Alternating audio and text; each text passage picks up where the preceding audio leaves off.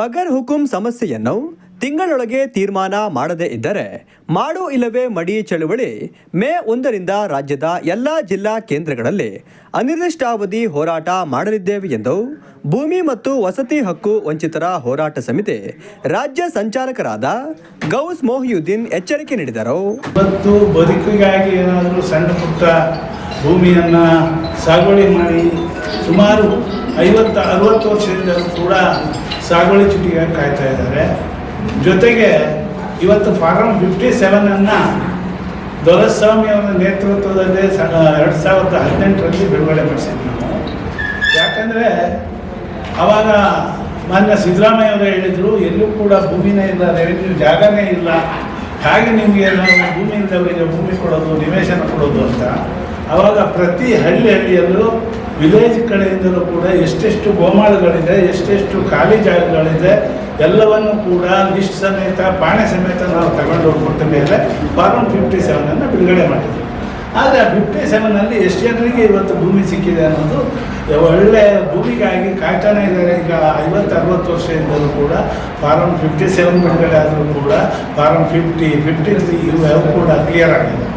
57 ಅಂತೂ ಯಾವುದು ಮಾಡೇ ಇಲ್ಲ, ಎಲ್ಲ ಇಲ್ಲೊಂದು ಮಾಡಿದ್ದಾರೆ.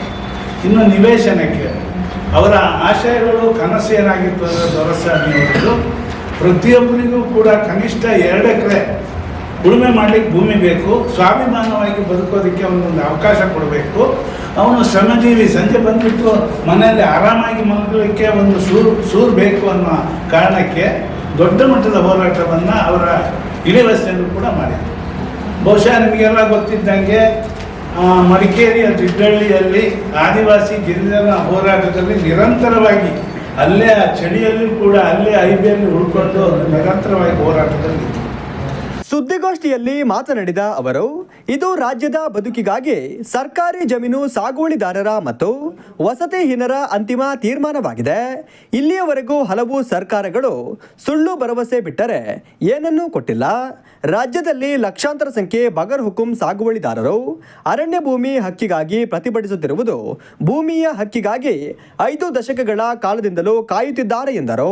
ಅವರ ಕನಸು ನನಸಾಗಬೇಕು, ಬಡವರಿಗೆ ತುಂಡು ಭೂಮಿ ಸಿಗಬೇಕು ಅನ್ನೋ ಕಾರಣಕ್ಕಾಗಿ ನಾವು ಇವತ್ತು ಒಂದು ಸರ್ಕಾರಕ್ಕೆ ಇದು ಇಲ್ಲಿವರೆಗೂ ನಾವು ಮನವಿ ಸಲ್ಲಿಸಿ ಸಾಕಾಗಿ ಹೋಗಿದೆ. ಈಗ ಅವರಿಗೆ ಎಚ್ಚರಿಕೆಯನ್ನು ಕೊಡ್ತಾ ಇದ್ದೀವಿ. ಏನಪ್ಪ ಎಚ್ಚರಿಕೆ ಅಂದರೆ, ಯಾರಿಗೆ ಭೂಮಿ ಇಲ್ಲ ಅವರಿಗೆ ಕನಿಷ್ಠ 2 ಎಕರೆ ಭೂಮಿ ಕೊಡಲೇಬೇಕು. ಅದು ಫಾರೆಸ್ಟ್ ಆಗಿರ್ಬೋದು, ಡೀಮ್ಡ್ ಆಗಿರ್ಬೋದು, ಯಾವುದೇ ಆಗಿರ್ಬೋದು. ಏನೇ ಕಾನೂನಿನ ತೊಡಕಿದ್ರೂ ಕೂಡ ಸರ್ಕಾರ ಅದನ್ನು ಬಗೆಹರಿಸಿ ಅವರಿಗೆ ಕೊಡಬೇಕು. ಯಾಕಂದರೆ ಜನ ದಿನನಿತ್ಯ ಓಡಾಡಿದರೂ ಕೂಡ 100 ಸಲ ತಾಲೂಕು ಕಚೇರಿಗೆ ಹೋದರೂ ಕೂಡ ಅವ್ರ ಕೆಲಸಗಳು ಆಗೋದಿಲ್ಲ. ಅದರಿಂದ ಏನೇ ಕಾನೂನಿನ ತೊಡಕಿದ್ರೂ ಕೂಡ ಸರ್ಕಾರನೇ ಬಗೆಹರಿಸಿ 1 ತಿಂಗಳೊಳಗಡೆ 2 ಎಕರೆ ಭೂಮಿ ಕನಿಷ್ಠ 2 ಎಕರೆ ಭೂಮಿ ಕೊಡಬೇಕು. ಯಾರಿಗೆ ನಿವೇಶನ ಇಲ್ಲ, ಮನೆ ಇಲ್ಲ ಅಂಥವರಿಗೆ ಒಂದು ನಿವೇಶನವನ್ನು ಕೊಡಬೇಕು. ಅದು ಕೊಡಲಿಲ್ಲ ಅಂದರೆ ಸರ್ಕಾರದ ವಿರುದ್ಧ ಬಹು ದೊಡ್ಡ ಮಟ್ಟದ ಹೋರಾಟವನ್ನು ನಾವು ಮಾಡ್ತೀವಿ. ಇವತ್ತಿಂದ 1 ತಿಂಗಳ ಗಡುವು ಕೊಡ್ತಾ ಇದ್ದೀವಿ. ಕೇವಲ 1 ತಿಂಗಳ ಗಡುವು. ಇದು ಇಲ್ಲಿ ಮಾತ್ರ ಅಲ್ಲ, ಅವರ ವಿಧಾನಸಭೆಗೂ ಕೂಡ ನಾವು ಲೆಟ್ರನ್ನು ಕೊಟ್ಟಿದ್ದೀವಿ. ಯಾಕಂದರೆ ಇಲ್ಲಿ ನಾವು ಬರೀ ಚಿಕ್ಕಮಗಳೂರಲ್ಲಿ ನಮ್ಮ ಕಣ್ಣು ಮುಂದೆ ಕಾಣುವಂಥದ್ದು, ಇಲ್ಲೇ ಕಳಸಾಪುರದ ಹತ್ರ ಲಕ್ಕಮ್ಮನಹಳ್ಳಿ ಸರ್ವೆ ನಂಬರ್ 97ರಲ್ಲಿ 300 ಚಿತ್ರ ಜನ ಅರ್ಜಿ ಕೊಟ್ಟಿದ್ದಾರೆ. ಇವತ್ತವರೆಗೂ ಅವ್ರಿಗೆ ಕೊಟ್ಟಿಲ್ಲ. ಅದೇ ರೀತಿ ಇಲ್ಲಿ ಇಂಥವರ 36-38 ಸರ್ವೆ ನಂಬರಲ್ಲಿ ಸುಮಾರು 200-250 ಅಡಳಿತವನ್ನು ಏಕಾಏಕಿ ಬಿಡಿಸಿ ಈಗಾಗಲೇ 7-8 ವರ್ಷಗಳಾಯಿತು. ಅವ್ರಿಗೆ ಇವತ್ತುವರೆಗೂ ಕೂಡ ಯಾವುದೇ ನಿವೇಶನ ಕೊಟ್ಟಿಲ್ಲ. ಎಲ್ಲ ನಗರಸಭೆಗೆ ಅರ್ಜಿ ತಗೊಂಡಿದ್ದಾರೆ, ಯಾರಿಗೂ ನಿವೇಶನ. ಸುದ್ದಿಗೋಷ್ಠಿಯಲ್ಲಿ ಸುರೇಶ್, ಸರೋಜಾ, ಸ್ಪಂದನ, ಗಣೇಶ್, ಸಂದೀಪ್, ಅಶೋಕ್, ಪುಟ್ಟಸ್ವಾಮಿ ಉಪಸ್ಥಿತರಿದ್ದರು.